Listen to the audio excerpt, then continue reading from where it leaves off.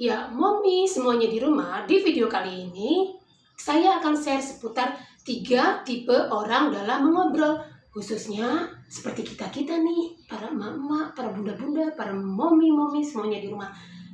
Untuk apa sih kita ngebahas yang seperti ini, ngepoin yang seperti ini?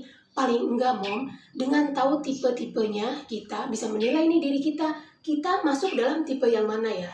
Dan kita gimana sih cara ngadepin orang-orang dengan tipe ngobrol yang seperti tipe yang A, yang B, atau yang C? Nah, pokoknya kita ambil yuk semua manfaatnya, sisi positif dari cara-cara orang mengobrol. Yuk kita saksikan videonya.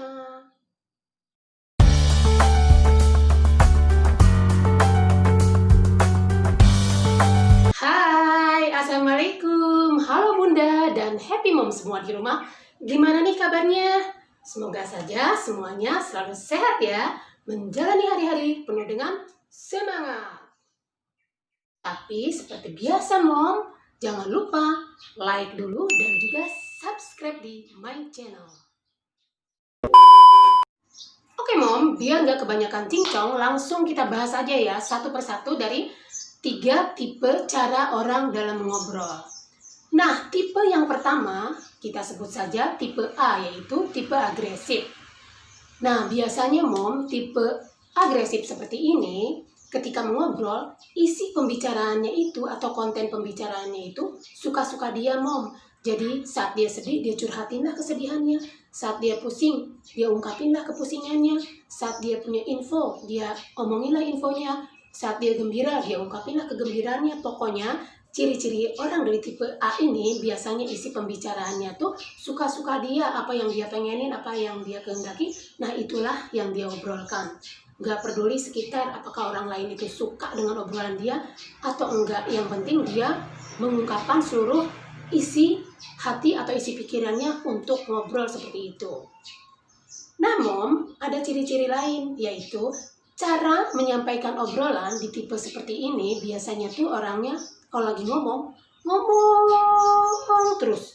Kalau ngoceh terus. Nyaris nggak ada koma, nggak ada titik, pokoknya nggak ada jeda ya. Jadi istilahnya kalau dalam bahasa Italinya tuh yang saya ingat, tipe seperti itu ngomongnya itu tipe yang nyerocos alias merepet, jadi merepet kayak gitu. Nah, biasanya orang dalam karakter ini adalah orang tipe yang dominan dan egois. Jadi dia tidak peduli itu sekitarnya. Apakah orang itu suka dengan apa yang diobrolkan? Apakah orang itu punya pendapat lain? Dia nggak peduli. Dan dia pun biasanya tidak memberikan kesempatan untuk orang lain untuk berbicara. Gitu tuh, Mom. Ternyata dia itu tahu nggak, dia itu sekarang kesel sama kita gara-gara dia udah ditengokin sama kita. Nah karena kan selama ini dia baik sama kita, karena emang ada maunya. Nah seperti itu tuh. Nah, tipe yang kedua Mom adalah tipe pasif.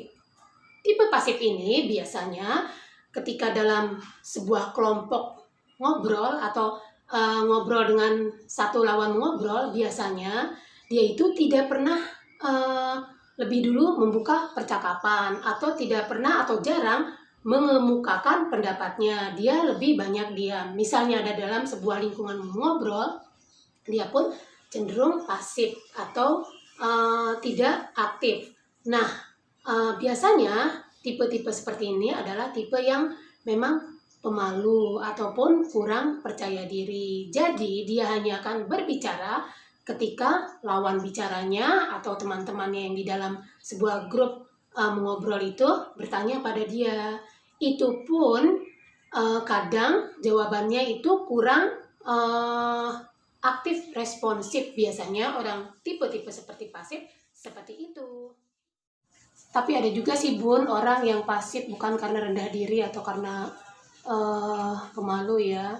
Mungkin ada juga Bun yang sombong. Jadi dalam ngobrol itu pas misalnya nggak level, dia nggak mau ngobrol. Tapi itu hanya pendapat saya aja ya Mom.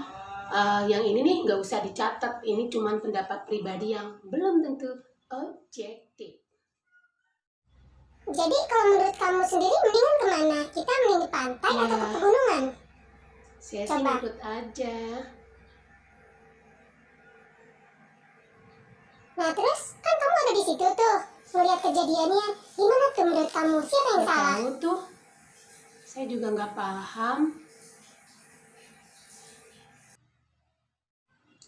Nah, Mom, lanjut ke tipe yang ketiga, yaitu sebut saja tipe C, tipe asertif. Tipe ini bisa juga disebut tipe yang ideal, karena orang dalam tipe cara ngobrol seperti ini, dia adalah orang yang mampu mendengar saat orang lain bicara, dan dia juga bisa berbicara saat diperlukan. Jadi, tipe seperti ini biasanya saat dia masuk dalam sebuah lingkungan mengobrol, baik itu berkelompok maupun dengan mengobrol satu lawan ngobrol, dia itu bisa beradaptasi. Jadi dia bisa mendengar apa yang diobrolkan di dalam lingkungannya, dia kemudian mencerna atau mengolah apa yang sedang dibicarakan. Intinya dia peka ya, nggak semau-maunya ini pengen ngobrol langsung pembahasannya tapi dia mampu peka beradaptasi, apa nih yang lagi diobrolin, dia tangkap atau dia terima, dia olah di dalam pikirannya.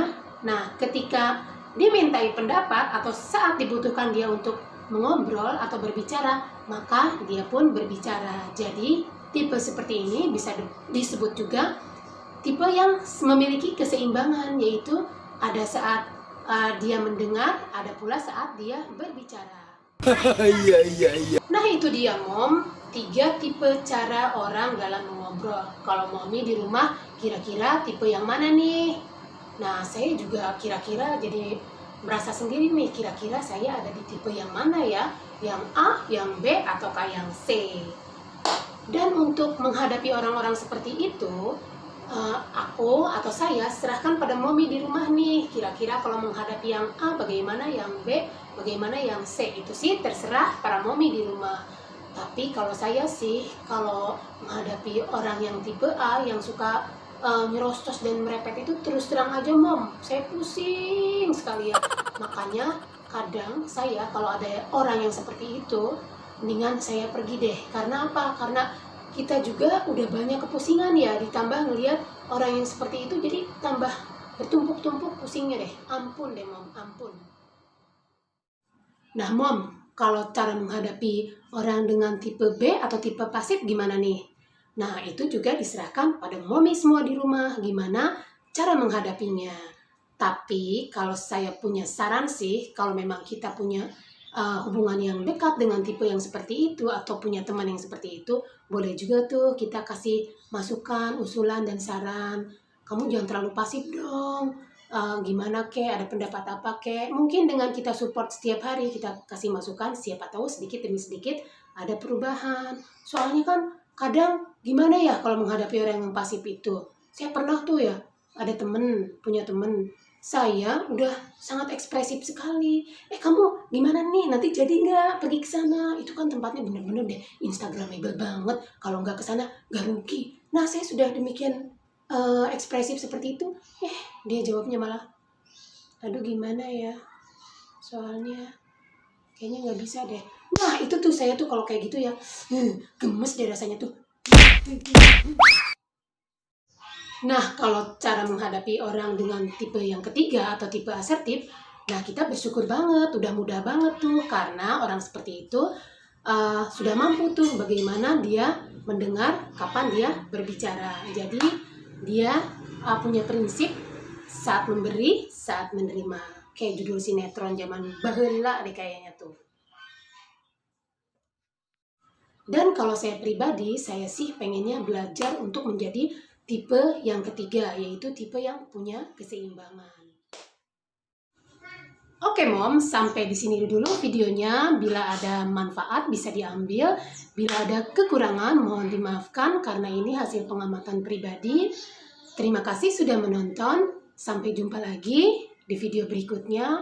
Undur diri karena matahari sudah mulai tinggi. Saya juga ini bikin videonya di teras rumah, sudah mulai panas, sudah mulai haredang. Jadi haredang, haredang, haredang, panas, panas, panas. Oke, Mommy, jangan lupa like dan subscribe. Terima kasih. Assalamualaikum. Dah.